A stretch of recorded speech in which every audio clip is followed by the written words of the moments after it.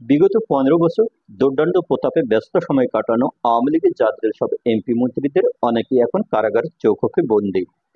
৫ August সাবেক প্রধানমন্ত্রী শেখ হাসিনা দেশ ত্যাগের পূর্ব ও পরবর্তী সময়ে যারা পালিয়ে বিদেশে গেছেন তারা বেশ আরাম আয়েশে জাঁকজমকপূর্ণ জীবন কাটালে প্রভাবশালী সাবেক মন্ত্রী আনিসুল হক, আব্দুর রাজ্জাক, দীপু মনি, হাসানুল হক ইনু, শাহজাহান খান, রাশেদ খান মেনন, ওমর ফারুক খান, জুনাইদ আহমেদ পলক এবং শেখ হাসিনার উপদেষ্টা সালমান এফ রহমান সহ আরো অনেক নেতা, এমপি, মন্ত্রী ও প্রভাবশালী সরকারি কর্মকর্তারা এখন কারাগারে।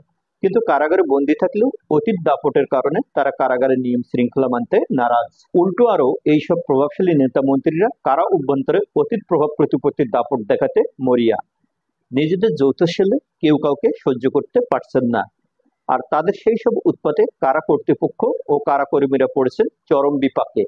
প্রিয় দর্শক, কারা সূত্রে বরাতে আওয়ামী লীগের প্রভাবশালী নেতা মন্ত্রীদের কারা জীবনের চালচিত্র নিয়ে আজকের এই ভিডিও। আশা রাখি চ্যানেলটি লাইক, কমেন্ট, শেয়ার এবং সাবস্ক্রাইব করে শেষ পর্যন্ত পাশে থাকবেন। কারা সূত্রে জানা গেছে, একসময় যাদের কথায় দেশ চলতো এখন জেলখানায় তাদের ২৪ ঘন্টা সময় কাটছে কারাগারে শুয়ে বসে আর ইবাদত বন্দেগীতে। তবে কারাগারে থাকা ভিআইপি আসামিদের নিয়ে নানা রকমের বিড়ম্বনায় পড়তে হচ্ছে কারা কর্তৃপক্ষকে। একদিকে ভিআইপি বন্দীদের উগ্র আচরণ, কারা নিয়মকানুন ভেঙে নিজেদের মতো করে চলার প্রবণতা, টিভি দেখতে চাওয়া, অতিরিক্ত খবরের কাগজ দাবি, সেবা শুশ্রূষা এবং জেল থেকে আদালতে যাওয়ার সময় পুলিশের ওপর আক্রমণাত্মক কথা বলা, এরকম আরো নানান উপদ্রবে অতিষ্ঠ কারা কর্তৃপক্ষ।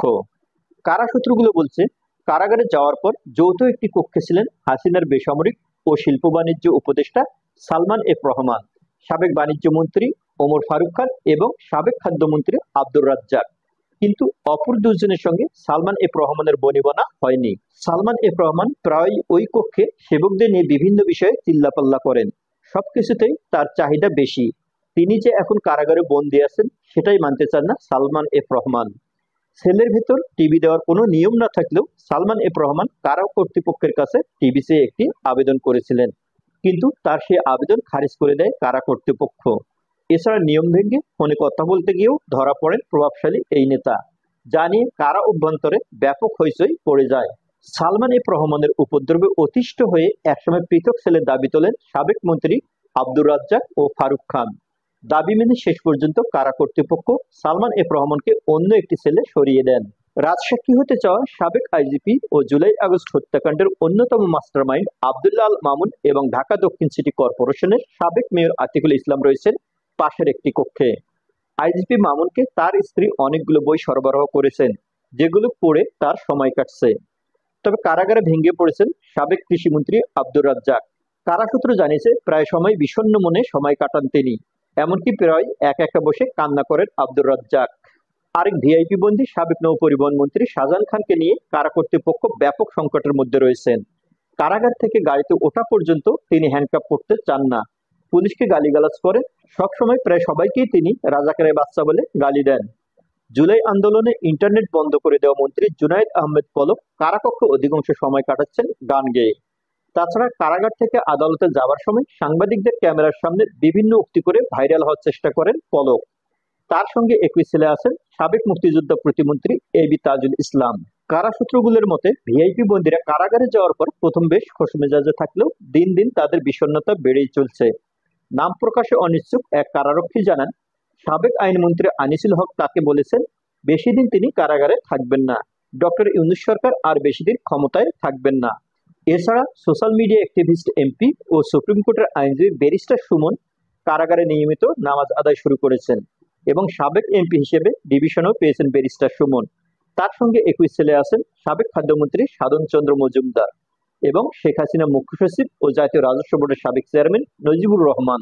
দুজনের সঙ্গে একই রুম শেয়ার করতে হয় ব্যারিস্টার সুমনকে। অন্যদিকে আদালতে নেওয়ার সময় ক্যামেরার সামনে হাসতে দেখা গেলেও কারাগারে কথায় কথায় রাজাকারের বাচ্চা বলে গালি দেন হাসানুল হক ইনু। এছাড়া সাবেক শিক্ষামন্ত্রী ডাক্তার দীপু মনিকে কথা বলতে দেখা না গেলেও ইবাদত নিয়ে ব্যস্ত সময় কাটাচ্ছেন তিনি। এমনকি কারাগারের এজলাসে দাঁড়িয়ে তসবিহ জপতে দেখা যায় দীপু মনিকে। ডিএমপির বরখাস্ত হওয়া সাবেক ডিসি মশিউর রহমান সাধারণ হাজতিদের সঙ্গে রয়েছেন।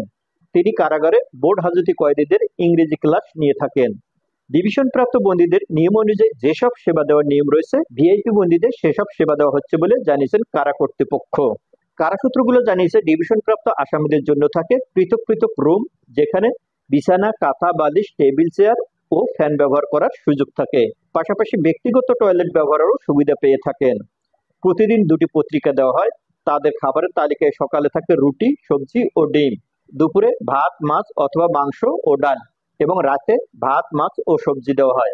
মাসে একবার পরিবারের সঙ্গে দেখা করতে পারেন এইসব বন্দীরা, এবং সপ্তাহে একদিন 10 টাকার বিনিময়ে 10 মিনিট মোবাইল ফোনে কথা বলার সুযোগ পান এইসব বন্দীরা। এছাড়া তাদের দেখভাল করার জন্য নির্ধারিত কারাকর্মী নিয়োজিত থাকেন, এবং অন্য বন্দীদের থেকে ভিআইপি বন্দীদের মেডিকেল সুবিধাও থাকে আলাদা। তবে সুযোগ সুবিধা যাই থাক না কেন, কারাগার তো কারাগারে। প্রিয় দর্শক, কেমন লাগলো আওয়ামী নেতাদের কারাগারের জীবন কাহিনী জেনে? আপনাদের মূল্যবান মন্তব্য জানাবেন কমেন্ট বক্সে। ভালো থাকি, ভালো রাখি সবাইকে। ভালো লাগলে চ্যানেলটি সাবস্ক্রাইব